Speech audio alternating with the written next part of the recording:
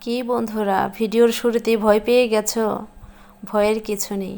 আসসালামু আলাইকুম বন্ধুরা, কেমন আছো সবাই? আশা করি যে যেখানে আছো ভালোই আছো। আলহামদুলিল্লাহ, আমরাও ভালো আছি। তো আমার এই ভিডিওটি যে যেখান থেকে দেখছো অবশ্যই দেখার আগে একটি লাইক সাবস্ক্রাইব করে পাশে থাকবে, আর ভিডিওটি দেখা শেষ হলে একটি গঠনমূলক কমেন্ট করে যাবে।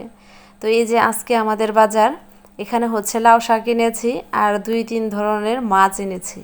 তো আজকে বাজার থেকে কি কি আনলাম সেগুলোই তোমাদের সাথে শেয়ার করব। আরাফাতের আব্বু যেহেতু বাড়িতে থাকে না, আমরা মা ছেলে দুজনেই থাকি, তো সেজন্য আমাদের সচরাচর বাজার করা হয় না খুব একটা। আর সবজি এমনি যত যাই লাগে আমার আব্বা নিয়ে আসে, যখন আমার আব্বা আসে সে সাথে নিয়ে আসে। আর এই যে এখানে হচ্ছে কিছু দেশি চান্দা মাছ নিয়ে আসছি, এগুলো ভর্তা খাওয়ার জন্য একদম কাঁটাযুক্ত, অনেক কষ্ট হয়েছে আমার কাটতে। আর এখানে কাকচি মাছ, ছোট মাছ। তো এই মাছগুলো হচ্ছে নদীর মাছ, খুবই মজা। আমার এই কাকচি মাছগুলো খুবই ভালো লাগে। ছোট মাছ আমি বরাবরের মতোই পছন্দ করি। আমি অনেক ছোটবেলা থেকেই বড় মাছের তুলনায় ছোট মাছটা বেশি পছন্দ করি। এরকম গুঁড়া মাছের তরকারি হলে আমার আর কিছুই লাগে না। তাছাড়াও একটা বড় রূপচাঁদা মাছ এনেছি। জানি না এই মাছটার আরও কোনো নাম আছে কি না, আমি যতদূর জানি এটা রূপচাঁদা মাছই বলে। তো আপনাদের যদি জানা থাকে এই মাছটার নাম কি, তাহলে অবশ্যই কমেন্টে জানাবেন। এটার হয়তো বা অন্য কোনো নাম আছে, কিন্তু আমি বলি রূপচাঁদা মাছ। তো এই যে এই মাছটা 1 কিলোর উপরে আছে। তো এই 3 আইটেমের মাছ এনেছি। এখন এগুলোকে কাটাকাটি করে ভালো করে ধুয়ে তারপর রান্না বসাবো। এদিক দিয়ে সকালে নাস্তার টাইম হয়ে গেছে। ছেলে বলছিল তার নাকি ক্ষুধা লেগেছে, কিন্তু কি করার, রান্নাবান্না তো করতে হবে। ঘরে বিস্কিট আছে, ময়দা আছে, তাছাড়াও আম, মুড়ি, অন্যান্য খাবার জিনিস আছে। কিন্তু আমার ছেলে অলসতার কারণে সেগুলো হাত দিয়ে কখনোই খাবে না। কখন আমি তাকে এগুলো সামনে নিয়ে দিব তখন খাবে। তো যাই হোক বন্ধুরা, এই দেখুন মাছটা কিন্তু খুবই চওড়া ছিল। এই যে আমি প্রথমে ভেবেছি মাছের মধ্যে ডিম হয়েছে, তো এখন দেখি না, ডিম না। আর এই যে দেখুন, এগুলো মনে হয় রাক্ষসী মাছ এক ধরনের, মানুষের দাঁতের মতো দাঁত, কি বড় বড় লম্বা লম্বা দাঁত। আমি দেখে তো অবাক হয়ে গেছি। আর এই মাছের মুখটা এত শক্ত, যা বলার বাহিরে। এই মাছটা যারা খেয়েছেন বা কেটেছেন চিনেন, তারা কিন্তু অবশ্যই জানবেন যে এই মাছের মুখটা কিন্তু প্রচুর শক্ত। তো এই যে দেখুন কি ভয়ঙ্কর দাঁত। আল্লাহ, আসলে আল্লাহ পাক কত কিছুই না সৃষ্টি করেছে, তার সৃষ্টি কতই না সুন্দর। আমরা যখন আগে গ্রামে ছিলাম, এই তো মাস 6 আগের কথা, আমাদের বাড়ির সাইডে একটা বাজার মিলতো। তো ওই বাজারে নাকি মাছ পাওয়া যেত না, ওই বাজারে নাকি মাছ উঠতো না। প্রায় সময়ে শোনা যেত যে বাজারে মাছ নেই, শুধু বাটা মাছ উঠতো। তাও হয়তো বা মাসে 1 দিন বা 2 দিন, এর বেশি মাছ উঠতো না। সেখানে মাছের খুবই সংকট ছিল। আর এখানে আসার পরে দেখি প্রায় জায়গায় মাছ, সবজি, মাংস এগুলো পাওয়া যায়। একটু ঘর থেকে বাইরে বের হলেই সবজি পাওয়া যায়, মাছ, মানে আপনি যা চাইবেন তাই পাওয়া যায়। কিন্তু আমরা যখন গ্রামে ছিলাম তখন সচরাচর কোনো কিছু পাওয়া যেত না। এদিক দিয়ে সবজি কেটে ধুয়ে পরিষ্কার করে একদম রেডি করে তারপর চলে আসছে রান্নাঘরে। এখানে গাছের ধুন্দুল দিয়ে গুঁড়া মাছ দিয়ে রান্না করব, আর হচ্ছে 2টো করলা ভাজি করব। তাছাড়াও এই যে 2-3 পিস রূপচাঁদা মাছ শুধু পেঁয়াজ দিয়ে ভুনা করব ছেলের জন্য। আর আমি হচ্ছে গুঁড়া মাছ দিয়ে ধুন্দুল রান্না করব, সেটা খাবো, কারণ গুঁড়া মাছ আমার খুবই পছন্দ। তো এই যে যে কথা সেই কাজ, চুলায় কড়াইটা বসিয়ে দিয়েছি। এখানে আমার ভাতটাও প্রায় বলক এসে গেছে। এখন এক এক করে সব কিছু রান্না করে তারপর ছেলে আর আমি মজা করে খাবো। আর আমি গুঁড়া মাছটা বরাবরই হাতে মেখে রান্না করি। আপনারাও চেষ্টা করবেন গুঁড়া মাছ হলে সেটা হাতে মেখে রান্না করতে, কারণ হাতে মাখা তরকারি খেতে খুবই মজা, খুবই মজা। আমি ছোট ছিলাম, আমার নানা বাড়ি যেতাম, তখন আমার নানু এরকম হাতে মেখে, তাদের পুকুরের মাছ ছিল, হাতে মেখে তারপর রান্না করতো সেই মাছ। আমার খুবই মজা লাগতো, ভালো লাগতো। তো সেই ছোটোবেলা থেকে দেখে আসছি আমার মাকেও গুঁড়া মাছ হলে হাতে মেখে রান্না করতো।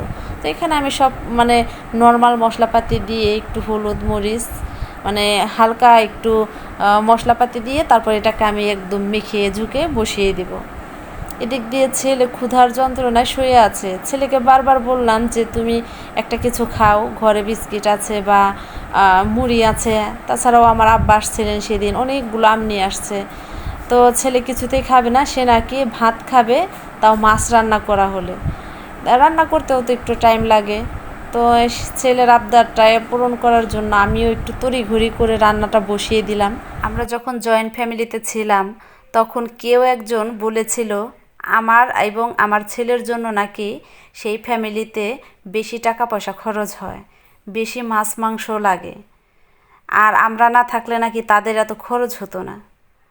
তো জানি না তারা আমার ছেলেকে এবং আমাকে কি খাওয়িয়েছে যার জন্য এই কথাটা বলেছে। হয়তো বা এরকম হতো যে মাসে 20-30 হাজার টাকা খরচ করেছে, আমার ছেলেকে বড় বড় মাছ মাংস প্রত্যেক দিন মাংস দিয়ে ভাত দিত, বড় বড় মাছ দিয়ে ভাত দিত, এর জন্যই হয়তো বা এই কথাটা বলেছে। তাছাড়া তো এরকম কথা বলার কোনো প্রশ্নই আসে না। তো যাই হোক বন্ধুরা, আমাদের কিন্তু এখন ওই রকম খরচ নেই, শুধু ছেলের প্রাইভেট পড়াশোনার ব্যাপারে একটু টাকা খরচ হয়, কিন্তু আমরা যে খাওয়া দাওয়া করি খাওয়ার পিছনে খুব একটা টাকা খরচ হয় না, কারণ এখন নিজে হাতে বাজার করি, নিজে হাতে রান্না করি, নিজে হাতে খাই। এখন জানি যে একটা সংসারে 3 থেকে 4 জন মানুষ খেতে গেলে কত টাকা খরচ হয়। তো বন্ধুরা, কথা বলতে বলতে এই যে দেখুন আমার তরকারিটা কিন্তু রান্না হয়ে গেছে, কি সুন্দর একটা কালার আসছে। তো এইরকম গুঁড়া মাছের তরকারি কে কে পছন্দ করেন অবশ্যই কিন্তু কমেন্টে জানাবেন। এই পর্যায়ে তরকারিটা নামিয়ে আমি বড় মাছের তরকারিটা বসিয়ে দিব, যেহেতু আমি শুধু পেঁয়াজ দিয়ে ভুনা করব 2 পিস মাছ। তো এদিক দিয়ে ছেলেকে ডাকাডাকি করছি যে সে যাতে উঠে গোসল করে খাবার টেবিলে আসে।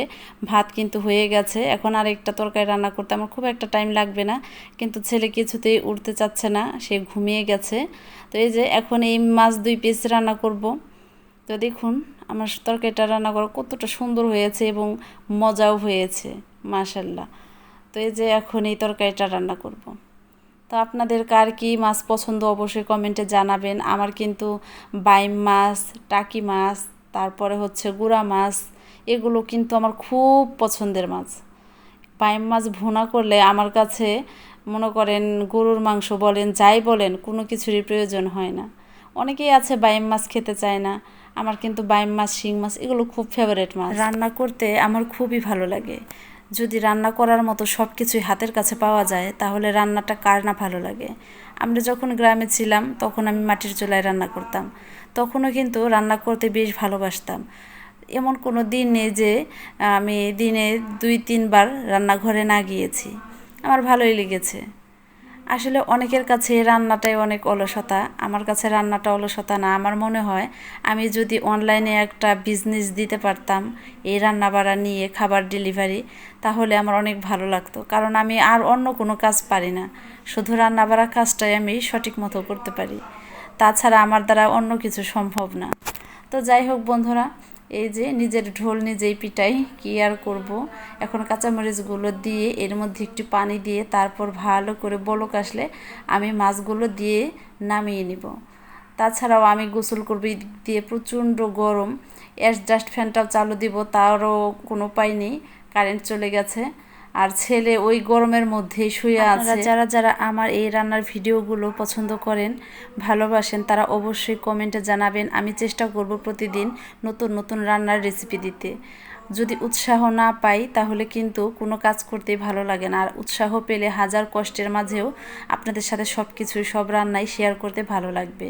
তো এই যে বন্ধুরা, এই দিক দিয়ে আমার রান্না বাড়া কমপ্লিট, ভাতটা রান্না করে নিয়েছি, একদম মার গেলে চুলায় বসিয়ে দিয়েছি। এখানে হচ্ছে মাছের তরকারি, গুঁড়া মাছের তরকারি, তাছাড়াও হচ্ছে এই যে গতকালকের একটু কুমড়ো ভাজি ছিল, আর হচ্ছে আজকে এটা করলা ভাজি করেছি। কিছু সময় আছে সবজির নামও ভুলে যাই। আর গতকালকের একটু মাংস তরকারি ছিল।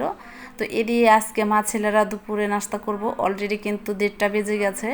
তো তড়িঘড়ি করে ছেলেকে ডেকে তারপর গোসল করে মা ছেলেরা একদম ভর পেট খাওয়া দাওয়া করেছি।